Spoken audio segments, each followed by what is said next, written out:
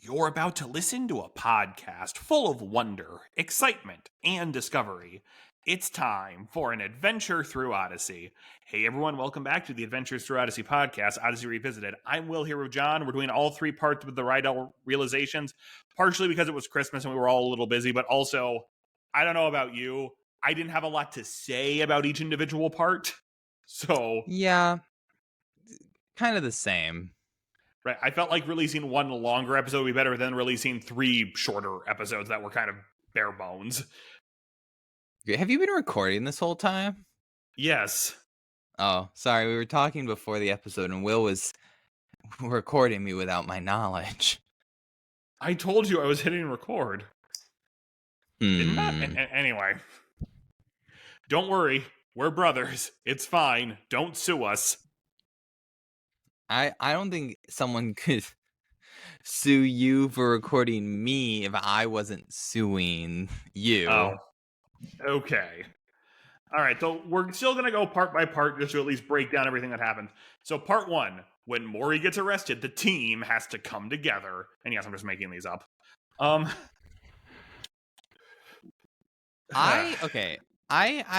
get the vibe that you don't like this episode, like these three parts. I don't dislike them. It's one of those, have you ever like watched something and want to take it on its own merits, but every time you suggest how something could be different, it's like, oh, that would have been so much better. Yeah, but let me be honest.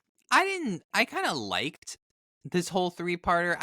I think it's a little there I don't necessarily love how everything wrapped up. Yes. I think this, and we'll address it here because I think it's a good time to address it. I do think the stuff with Emily is very quickly done where she's really upset, leaves, and then Wit's just like, you should help. And it's like, that's not bad. I think Emily might do that. But as a narrative thing, as like part of the lesson, it's a little... And then she got to the end of the really block. quick.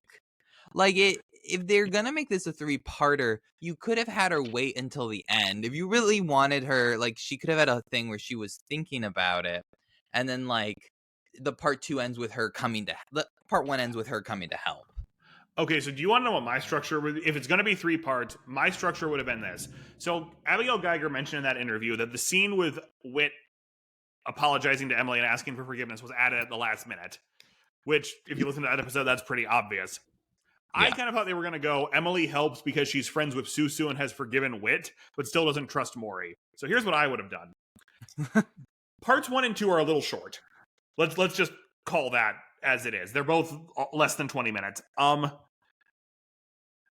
would have, after the scene where Maury gets arrested, keep going, cut to them coming home, and instead of Maury not being allowed to touch a computer, he can't be within 100 feet of a computer.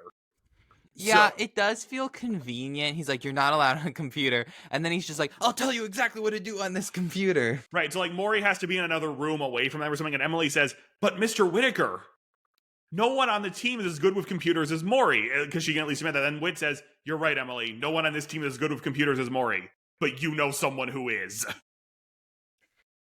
Who? Matthew. Oh, I mean, okay, we can address the Matthew thing in a sec, because I agree with that. But also, I don't want to be dumb. Whit programmed applesauce, presumably parts of it. He's programmed the imagination station, where it's like, I know a little bit about computers. Like, Whit probably knows as much as Maury, maybe just not about hacking. Well, who knows so much of the imagination station was Eugene, let's be honest. Well, fair, but I also think it's underselling how we've perceived Whit, like, knowing a lot. Like, even if he's like, I don't know a lot about hacking and viruses. Right. That, yes. But yes, it's convenient. Maybe... It's convenient that Maury can just sit there. You're right. So... Right. Like, I think in real life, they wouldn't be like, oh, we can have your computer out, but you can't use it, but other people could use it. I'm like, I don't think that's really how it would work. If there was actually like evidence on that computer. Also, I don't want to be rude, and this is not like a big issue because this is not like a writing issue because I think it's fine from a writing standpoint, but I'm just thinking like in reality, would a small town like Odyssey have like a computer forensics unit? Because they bring the computer in and this guy's like, here's what we were able to find on the computer. And maybe like it was obviously planted on the computer. But for some reason, except then they're like, Odyssey's about the biggest town we get to. So is it implying Odyssey is bigger than we think?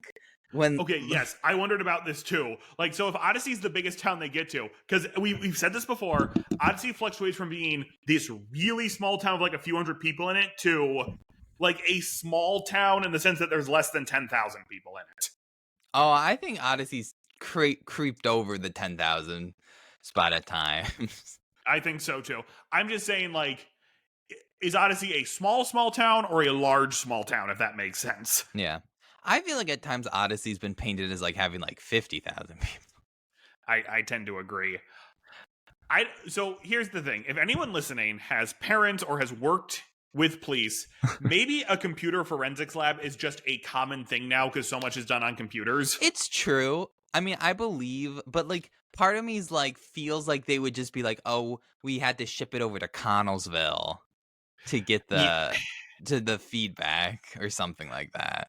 I totally agree. Like, we needed to either get rid of the computer or like keep Maury away from the computer somehow for at least a little bit. And I think Yeah. Maury not being in the room would have just helped. The Matthew thing is I think part of it is they don't want to get another actor for Matthew. And I mean, we talked about how we didn't love the Parkers slash like love like Matthew and Emily's relationship. But if you're going to have this big thing, I mean, I guess I give Odyssey some credit for just being like, yeah, their friendship just ended and is dead.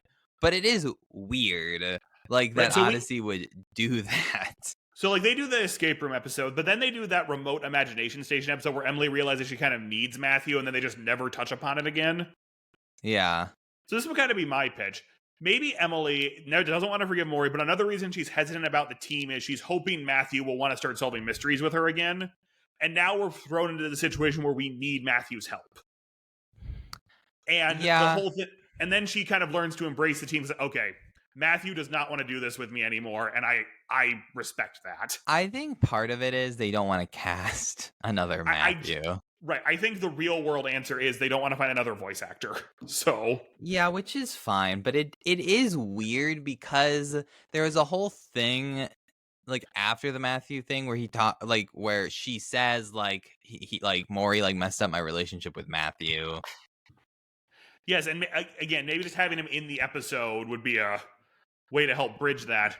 Which brings us to part 2. So part 2 could still be all the computer hacking, like Matthew's at Whit's house. We still have the scenes where Emily goes to the trailer and really mucks up that interview. Well, so here's the thing. I agree with you that it would have been better had Matthew be in it, but I don't know if that it was just an option for them. Right, I agree.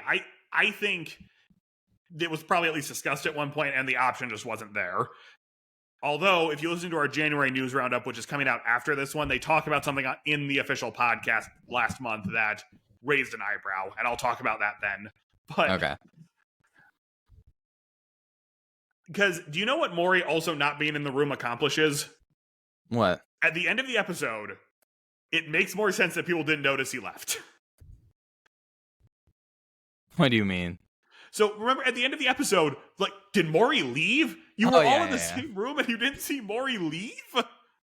Yeah, that's true. And he like was able to take Emily's backpack and yes. So here's the thing. Yeah, keep going. I just wanted to also talk about what actually happens in part 2. They justify Trey as being part of the team because when he joined the team, my first thought was, okay, he's doing this as kind of like, you help me, so now I want to help you, but what is his definable skill?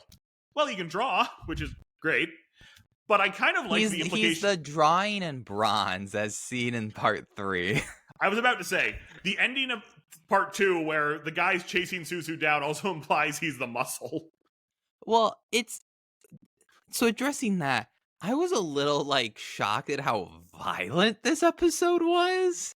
Which I mean, I guess I give them credit, but like I'm kind of surprised, like, because the guy like starts throwing stuff and like Emily says, "I'm fine. He didn't touch me," which is clearly their way of. Well, yeah, saying but this it's is why we still can't like call the police. the fact she had to say it, where it's like this guy was getting violent. And then like he like pushes and like Suzu starts bleeding. Yes. And it's like bad, and then like Trey comes and just tackles the guy. He's like, I'm gonna go beat up this girl who stole money from me, and he gets like torn up in the glass window and has to like go to the hospital, and like it's like fairly violent. Yeah, I agree. This is a fairly violent episode. I think it's a guy getting mad his plan is falling apart. I did find it very funny that the way they defeated him was he Winnie the Pooh'd himself in a window. It is pretty funny. But it's interesting because we haven't had like I kind of liked it, but I would think some parents / kids would be freaked out because it does feel like he's dangerous. Right. I was surprised there was no Paul McCusker introduction. I know. I'm kind of surprised. Yeah, I was wondering if there's going to be a Paul McCusker introduction, but I'm kind of surprised they didn't like keep him. Like he's just going to jail. It's like they're keeping the girl as like a future antagonist. Probably because she's closer to the kid's age. I think the Odyssey team right, knows it is we can't have them chasing down an adult man. I agree. It is a better villain. Yes, and If we'll come it's back. like a kid the similar age. And we'll or come a back to little that. older.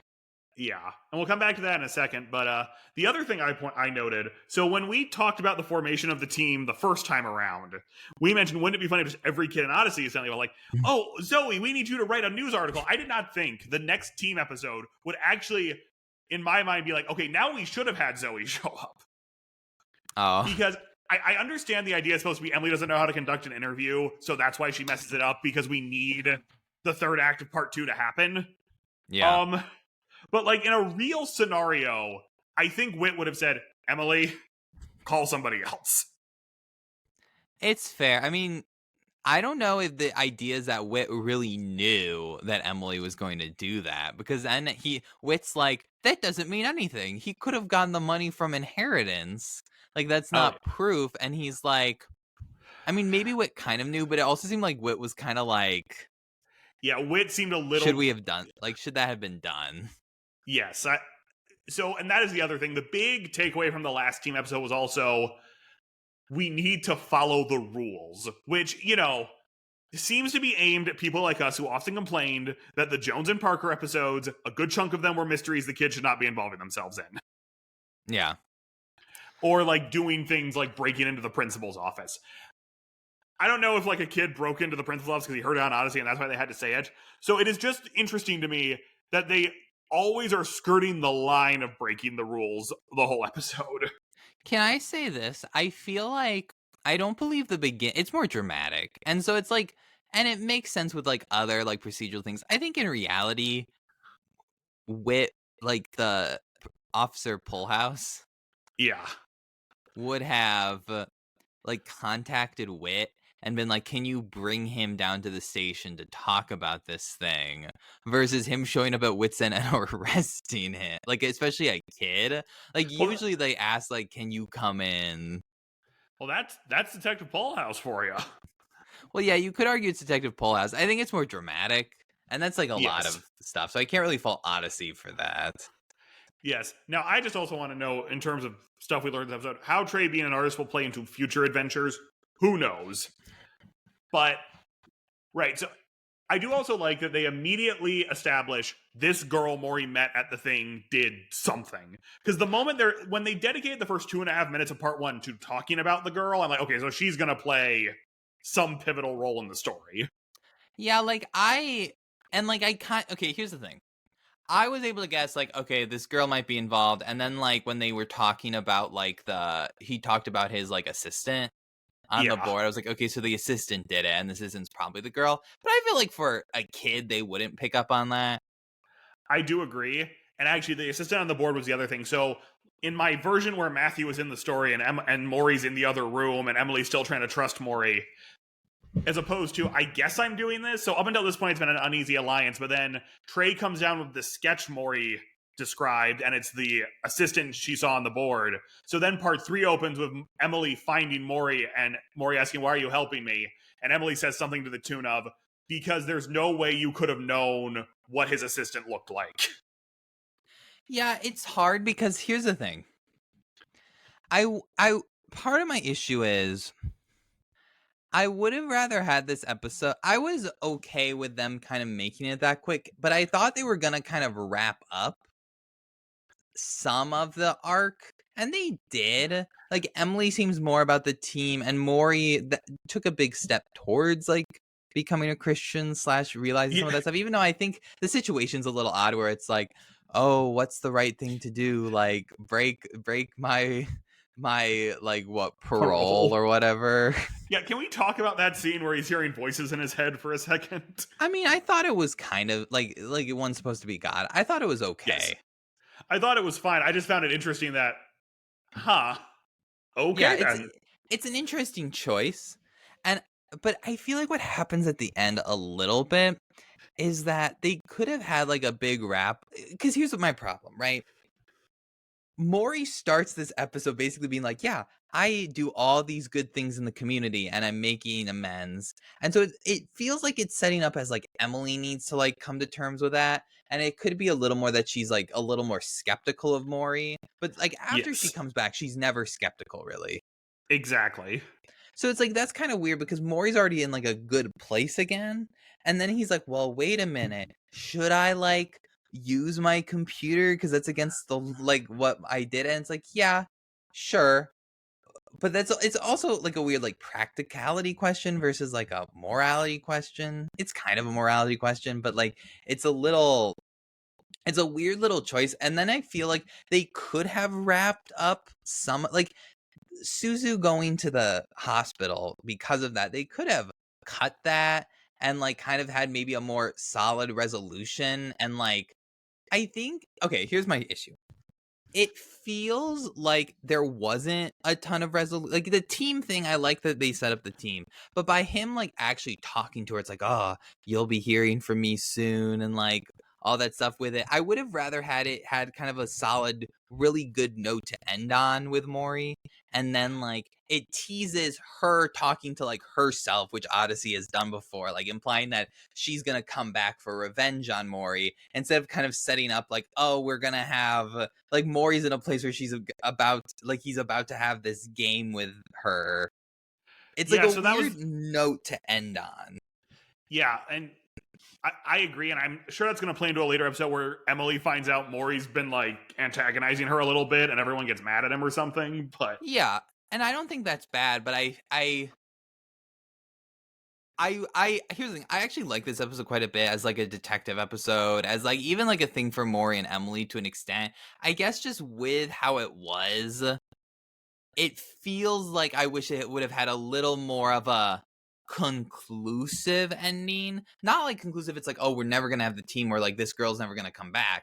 But just like like you're feeling like Maury's in a really good place. Yeah, so that was actually the other thing. So Maury clearly feels bad that he humiliated this girl at the contest. I don't think they ever actually explained what he did. But then, and he's like, I need to think about this. My sister's in the hospital now because of it. But then immediately calls the girl after Whit leaves the room to... After Whit says, good night, my boy. That was kind of sweet. But it was this sweet, is actually but I just thought it was funny. Yeah, this was actually a pretty good episode for Whit in terms of what he was doing. Like, it seems like the writers have really taken heed the Whit let this go too far thing. Yeah, I think Whit does a really good job in here.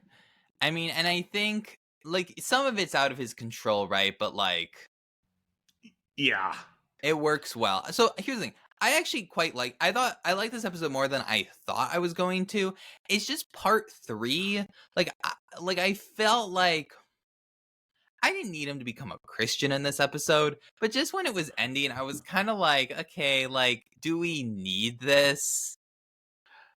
I know exactly what you're talking about. Yeah, I mean, the longer we've talked about it, the more I've softened to it, because I just felt like it was all a little too short. And for calling it the Rydell realizations, what do we really realize? I guess Maury realized some stuff. Well, yeah, Maury's realizing some stuff. That's why it's like, it's a big 3-parter. I don't love that it ends like on a very purposeful like cliffhanger, like, oh, they're gonna fight in another 3-parter down the line. Well, that's probably going to be part of the Novacom thing they're clearly building up. The one thing I would That's say fair. between this 3-parter and that hypothetical one you mentioned, can we please have an episode of like the team stopping the school lunch computer hacker or something? That might be. I think what's next album is it will be like just the 4 of them solving some kind of mystery. Or maybe, Right. I mean, maybe they will bring Matthew into some regard. Right. I'm just saying some low key team adventure, just so we can feel the dynamic a little more outside of there's a crisis occurring. No, I agree. I wouldn't be shocked if that's in the next album because I don't think the big. Now, let me say this. I don't think they should have done this, but I would have like laughed and kind of liked it. If they had ended it with her. They kept changing the girl's name. What is her official name? Carly. Clara. Kari. What? Wait, what is it? I'm so confused. Carly. Okay, Carly. If she had been like, I'm gonna get him, I'll just need my dad's help, and it like pans to her dad walking in, and it's like the Novacom guy. I mean, that might be where they're going with it. I don't know. This is actually the whole thing with Carly. So the idea is supposed to be Carly thinks she's doing the right thing by getting the money back, even though she's doing it through nefarious means. This is clearly, and I hate when shows do this, supposed to show us how far Maury has come. Like, we are. Yeah. However, and they always do this, Maury would never have intentionally sent a kid to juvenile detention. I agree. It's also very confusing because she took the money. And then, like, she's also, like, she would drain those old, like, the guy was like, she would drain those old people for all they were worth. So I was just very confused. She's like, I'm getting justice. But then she's also just taking all the money. Exactly. So it was just a note I had. I mean, maybe she's going to come out as she's some weird, like, I only stole from the rich old people. Exactly. It's just like, a weird I thing. don't know, but it was weird. Yeah. I just hate when stories do the here's how far a former bad guy character has come by showing someone doing something they would have done when they were evil. However, what the new bad guy is doing is a significantly more over the top thing. Yeah. Anyway, so before we wrap up, we never actually got to read the other 3 episode descriptions, so I'm just going to quickly read those to you now. Right notes, wrong key. Jules Kendall gets a unique opportunity to use her music talents with a band, but joining them could mean hurting a friend and lying to Connie. Sounds like a Jules episode. Yeah, so here's the thing. So the free monthly comic is kind of a prequel to this, apparently, where Jules is driving Bridget home, and almost runs over Jay, which, accidentally almost runs over Jay. But then she comes to a mysterious house, so we'll see. It seems like, so whatever it's going to be, it's a Jules, Bridget, Connie episode. Buck cameo? I don't think so, because maybe he'll be on the phone. But because there's another, this ends with a 2-parter called Making an Honest Buck. Okay, I'm going to read you this description. Buck Meltzner's life takes an intriguing turn when Jason Whittaker arrives in Baltimore with a spy job for him. Okay, so I'm actually very intrigued. I guess it's a good way to try to bring Buck in. Right, but I will say this. Jules Kendall is on the cast list for the 2-part Buck episode, but who knows if he's just on the phone. The big question of is Jason still working for the government? Exactly. The ever unknown question. Right. This, I will say though, doesn't this kind of feel like the plot for the first episode of a spinoff? Kinda. I wonder though if it's actually gonna tie into the Novacom stuff at all. Yeah, well, and again, listen to the Like, January news roundup. They gave some juicy Novacom info. Okay, because it could be a little more of a goofy one, but like it actually like some of the information is right. So that we'll actually see. Sounds like an interesting episode. So yeah. My only thing is, so I hope not, but like, is every Buck episode suddenly going to be, here's a friend from Odyssey we pulled out? I think he'll sometimes come. I mean, you could say like, oh, it's Buck and Katrina are visiting Odyssey. Well, I'm sure they're going to do that. Like, it would not surprise me if somehow during Novacom, part 2, but we'll get back to that. So that wraps it up. Right Notes Wrong Key is on Thursday, so we'll talk to you about it then. Keep an eye out for the January news roundup. I'm Will. I'm John. We'll see you next time.